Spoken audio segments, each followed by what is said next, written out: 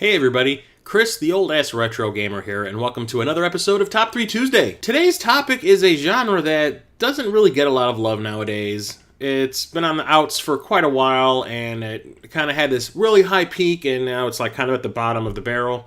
And those are rhythm games, or music games. I've always loved music rhythm games. I always thought they were fun, although a lot of them are like playing a digital version of Simon, as long as it's fun, right? And I've always found this genre to be extremely entertaining in the different forms that it's come in over the years. So what are three of my favorite rhythm games? Number 3 is a game for the PlayStation 1, and I bought it on a whim. I remember reading about it in a magazine, and they said that in Japan the game was a huge hit, and it was kind of a big deal because the developer had actually hired a professional music studio to hire singers to sing the songs for this game.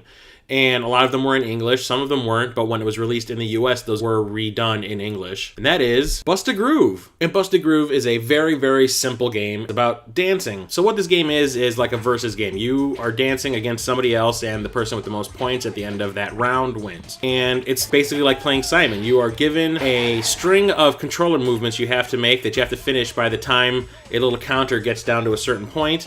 And if you get it right, your character will do that move on to the next one. And then you start stringing combos of moves together until you get like a freeze moment where your character like poses for the camera. There are special attacks you can do to try to throw your character off of a combo if they're in the middle of a really good one that will get them a lot of points. They can be dodged. Each character is unique. They have their own theme song and a level dedicated to them.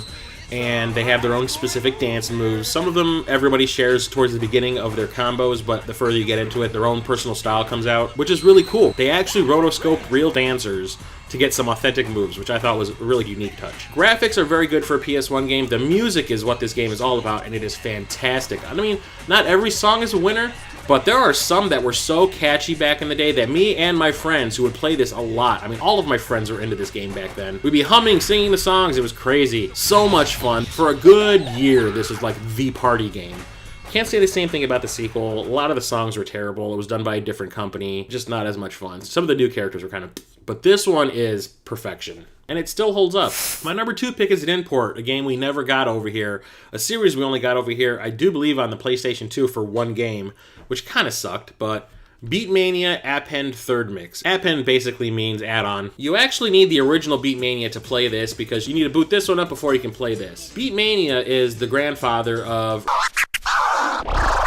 This one is all about using a turntable and a keyboard, like you're a DJ. Different song types you get to pick from all these different genres. There was like acid and techno and trance and drum and bass and super fast beat, make your brain melt through your ears type of music. There's even a song that is like a techno remix of Metal Gear Solid's theme. It was just a very cool mix of electronic music types. A string of notes will come up on the screen. One has to do with the turntable and the others have to do with the 5 keys from the keyboard that you would have to use. And if you hit them at the correct time, you got points. Move on. There's also like a window in the middle that has pictures and video going by that are meant to distract you, which I thought was kind of a pain in the ass. Actually, once I learned how to ignore it and focus on the part of the screen that I needed to pay attention to, I would get into the zone and it was on. But this is not how I originally played the game. There was a GameWorks by where I used to live, a gigantic like adult arcade with a bar, and they had a Beatmania Third Mix cabinet, and I used to go there all the time to play this. Came out of nowhere and just whooped my ass. And then all of a sudden GameWorks got a Guitar Freaks cabinet,